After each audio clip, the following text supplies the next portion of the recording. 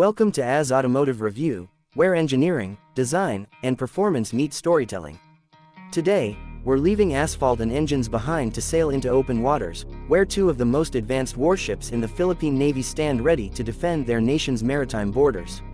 This is a head-to-head comparison between the BRP Jose Rizal, FF-150, and her sister ship, the BRP Antonio Luna, FF-151.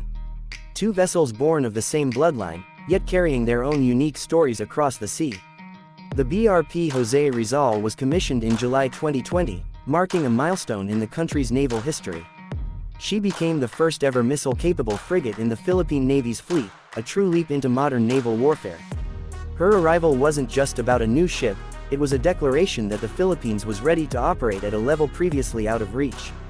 6 months later, in March 2021, the BRP Antonio Luna joined her. She carried the same blueprint, the same formidable presence, but with subtle refinements learned from her elder sister's trials and missions. Both ships are based on Hyundai Heavy Industries HDF 2600 design, itself a smaller, stealthier variant of the South Korean Incheon-class frigate. From bow to stern, their lines are clean, their surfaces angled to reduce radar signature. Even at a distance, their silhouettes reveal a modern naval aesthetic: no clutter, no outdated shapes, just steel honed for survival in a digital, missile-driven age. In sheer dimensions, the comparison is neck and neck.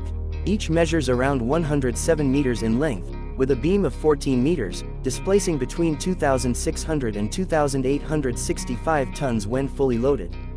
The propulsion system is a CODAD, combined diesel and diesel, setup, allowing speeds up to 25 knots and a maximum range of roughly 4,500 nautical miles at cruising speed. These numbers give them flexibility, from sprinting into and intercept to patrolling long stretches of the West Philippine Sea without immediate resupply. Crew capacity is another point of parity. Around 65 to 110 officers and enlisted personnel live and work aboard each ship. That's a tight-knit team, where every role is essential and every sailor's skill contributes directly to the ship's survival and performance. When it comes to firepower, both frigates are equipped for multi-domain combat, surface, air, and subsurface threats.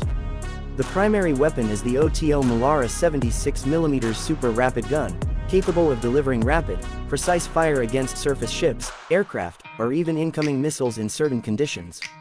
Secondary armament includes the Aselsan Smash 30mm remote-controlled cannon, positioned to defend against fast attack craft.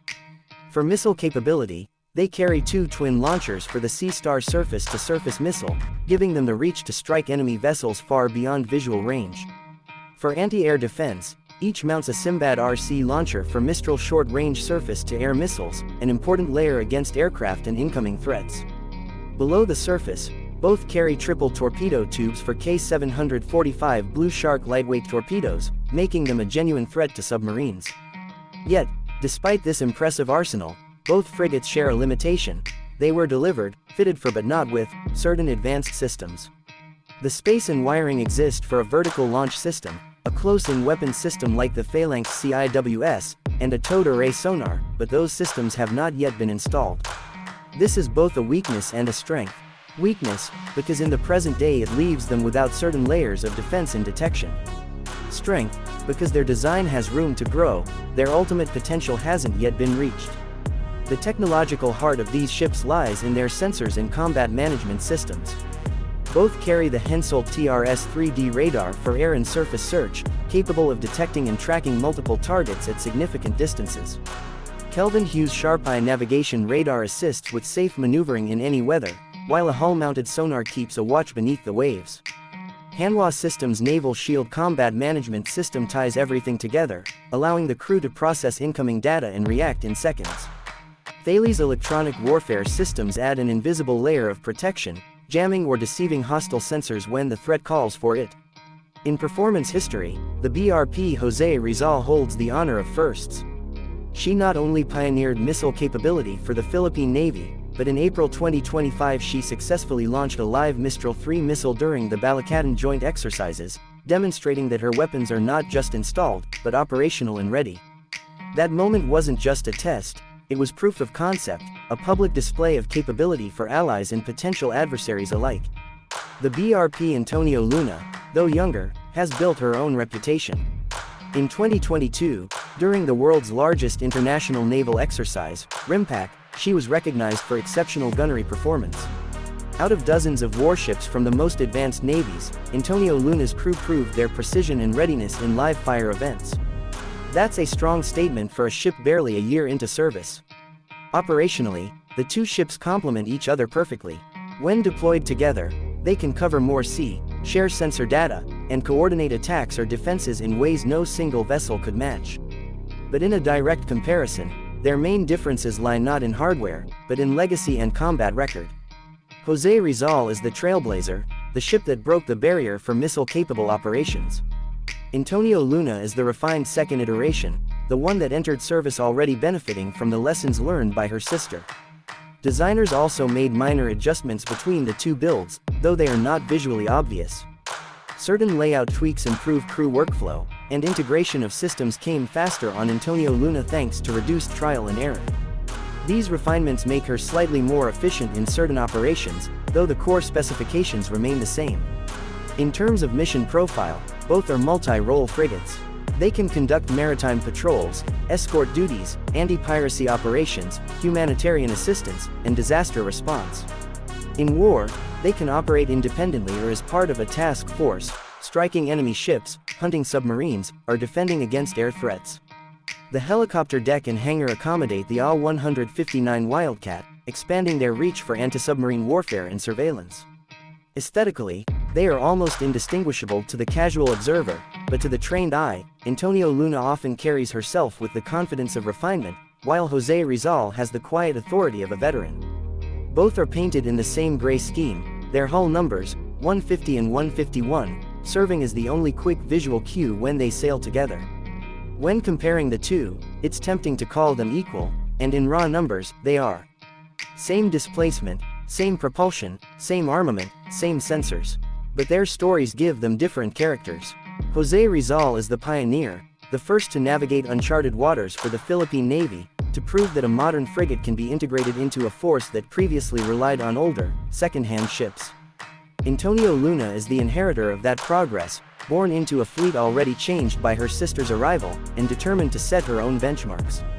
In terms of upgrades, both share the same path forward.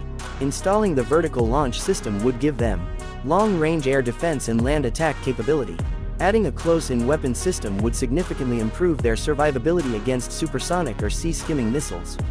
A towed array sonar would enhance their subsurface detection range, making them even more dangerous to enemy submarines. Whichever ship receives these upgrades first could gain a tactical edge, but the Philippine Navy has made it clear that both will evolve together. If we imagine a future battle group led by these ships, Jose Rizal might take point as flagship, her name and role as first of class symbolizing leadership, while Antonio Luna could serve as the hard-hitting wingman, ready to flank, cover, or strike as needed. Together, they form the core of the Navy's modern surface combatant capability. In the end, choosing a winner in this comparison isn't the point. These ships were never meant to compete, they were meant to complement. But for those who love comparisons, the deciding factor might be operational achievement. Right now, Jose Rizal has the edge in milestone moments, having fired the first missile and carried the flag for a new naval era. Antonio Luna counters with proven gunnery excellence in international exercises, earning the respect of allies and potential adversaries alike. Both are symbols of a modernizing fleet, proof that the Philippines can design, acquire, and operate advanced warships in the 21st century. They stand as steel guardians of national sovereignty, and as a reminder that the sea remains a battlefield where presence, technology, and skill decide the outcome. From a reviewer's perspective, it's a rare thing to find two ships so evenly matched, yet so distinct in legacy. One is the door opener, the other, the perfectionist.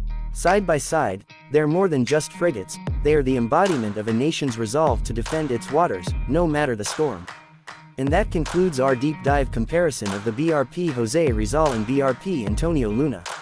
At Az Automotive Review, we believe engineering excellence transcends platforms, whether on land, in the air, or across the world's oceans. Two ships, one class, and a shared mission: to protect, to serve, and to endure.